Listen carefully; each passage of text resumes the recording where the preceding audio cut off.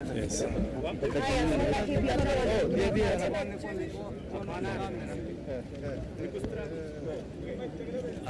to do it twice, eh? Yeah. Yuko sawa? Nani hayuko sawa? 1, 2, 3. Others are still connecting. You okay? We are ready for you, sir. Okay. So, thank you very much, members of the media and my colleagues. Today we've had party parliamentary group meeting for the Jubilee Coalition, mainly on the National Assembly, and which was graced by our party leader, His Excellency President Uhuru Kenyatta, and Deputy Party Leader, His Excellency Dr. William Ruto, and good attendance. I think the last count was 150 plus before final records. Of course, the number of details will be released later. And the main outcome of the meeting was the change in leadership of the party, and I really want to thank His Excellency the President as a party leader for proposing me to take over as the new leader of the majority party in Parliament. And it's a humbling situation because it's the confidence is shown for me to take on the leadership of the party in the Parliament in the next 2 years as we move towards the changeover.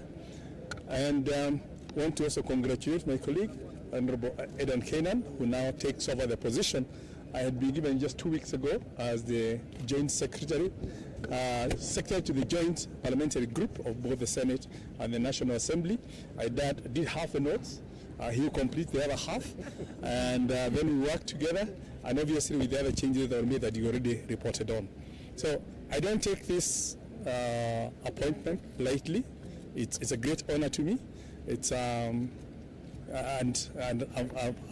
I can only promise to do my best to serve not just the party, but also our country, and as we get into the issues that need to be addressed. I also want to underscore and really appreciate the dedicated service that the Honorable Duale has rendered to this country in the last 8 years. I've been in that position before as Deputy Leader of Government Business in the 11th Parliament, in the 10th Parliament, and I know what it means to be in the House every day. I've spent a lot of time with Honorable Duale in the leadership of the House, serving together in the House Business Committee, and I know his commitment. And so it needs to go on record, and I think also the President did say the same, and we know he's still a big asset to this country. And we will continue using his expertise and his experience, harnessing the synergies of the diversity of our thoughts and ideas for the greater good of this country. I also want to thank the membership of, I know, calling a meeting on a Monday morning when people are coming from the constituencies. People travel that night to be here to show the support to His Excellency the President and the Deputy President and the party leadership, that when we accord, we're there.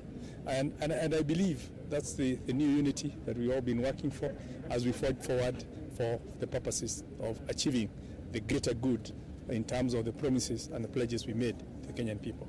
So let me leave it at that. Our formal statement obviously will be coming, but as of now, I just want to really thank His Excellency the President for the confidence he's shown in myself and in my brother here as we take on, as join the rest of the team of Honorable Angwe, Honorable Malcolm Maore, and Jimmy Yamweni in spearheading the National Assembly and the other team within the Senate as we achieve Jubilee agenda. What about departmental committees? The departmental committees is one of the responsibilities we have. Is between now and Thursday, we will have processed all the names that need to be changed, working obviously with the party leader, and then you'll get to hear of those when the names are officially released in Parliament. Okay? There's a process that needs to go through, and that process has to go through a selection committee, it has to go through House Business Committee, it has then to go to the House. So by that Thursday we'll have all the names. By Thursday, the committees will then have elected, because they need to do an election. There is a formal process, and we hope that we'll get the results declared by the clerk in terms of the election that will have taken place in the various committees by Thursday. What was the president's tone to the rebels, per se? They are not rebels. No, but you understand the question I'm asking? No. Let me tell you, we don't have rebels. The rebels exist in the eyes of people who want to profile people as pro or anti. I don't see anyone traveling that distance at night to come here to rebel. People came here because they are committed to the party, right? It's critical of the president's agenda. Let me put it that way. No, we had a very humble, we had a very cordial meeting.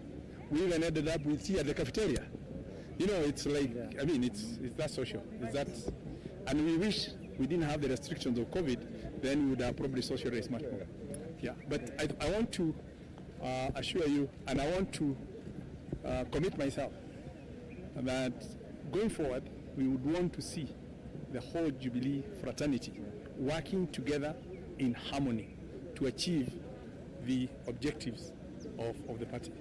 And I believe that's what we were. Was there an opportunity for members as well to engage with the president in terms the of... The agenda was one. The president proposed, the other seconder, and that's it. So there was no engagement because when the agenda item is completed, there's no engagement. Why would you say we will have a meeting to engage depending on the issues of the day. Yeah, but the agenda item for the day did not have opportunity or room for discussion. Why do you think the government felt the need to change leadership? It's not the government we are talking of a party. Yeah, why did the party feel the need? The party changed because the members felt there was need for a change. Yeah. I think let me because I think let me also join my colleague in thanking His Excellency the President and the party leadership for showing confidence in us, my colleague here. I also want to thank the members of the Jubilee Party and Coalition for their resilience and also for the confidence. And secondly, I think politics is so dynamic. This is one thing that really we also need to understand. Politics is so dynamic in the sense that every day comes with events. So as the Jubilee family, the Jubilee and the Coalition Party family, ours is to make sure the Jubilee agenda succeeds. And that is what exactly the President actually has told the members. So mine is to say thank you. I know we have a very able team. Amos Kimunya has served in different capacities. He has been Minister for Finance, he has been Minister for Transport, Minister for Land, Minister for Trade. And I have had one time the privilege of being the only backbencher in the House Business Committee, actually, where he was the government leader. Ours is to ensure that we will make sure the Jubilee agenda in line with the principles stated under the handshake succeeds. And I think that's what the President has emphasized. And he has rightly put it, there is no Jubilee A or Jubilee B. Ours is to make sure the Jubilee family works together as a group to make sure the Jubilee agenda succeeds. Otherwise, we wish you well also, and I hope you will support us in implementing the agenda of His Excellency, the Jubilee Party, and the Jubilee government. Thank you so much. Asanteni. Secretary, you come in at a time when there's Jubilee and Jubilee. No, let's not spoil. Let's not spoil a good day. Thank you so much. Asanteni.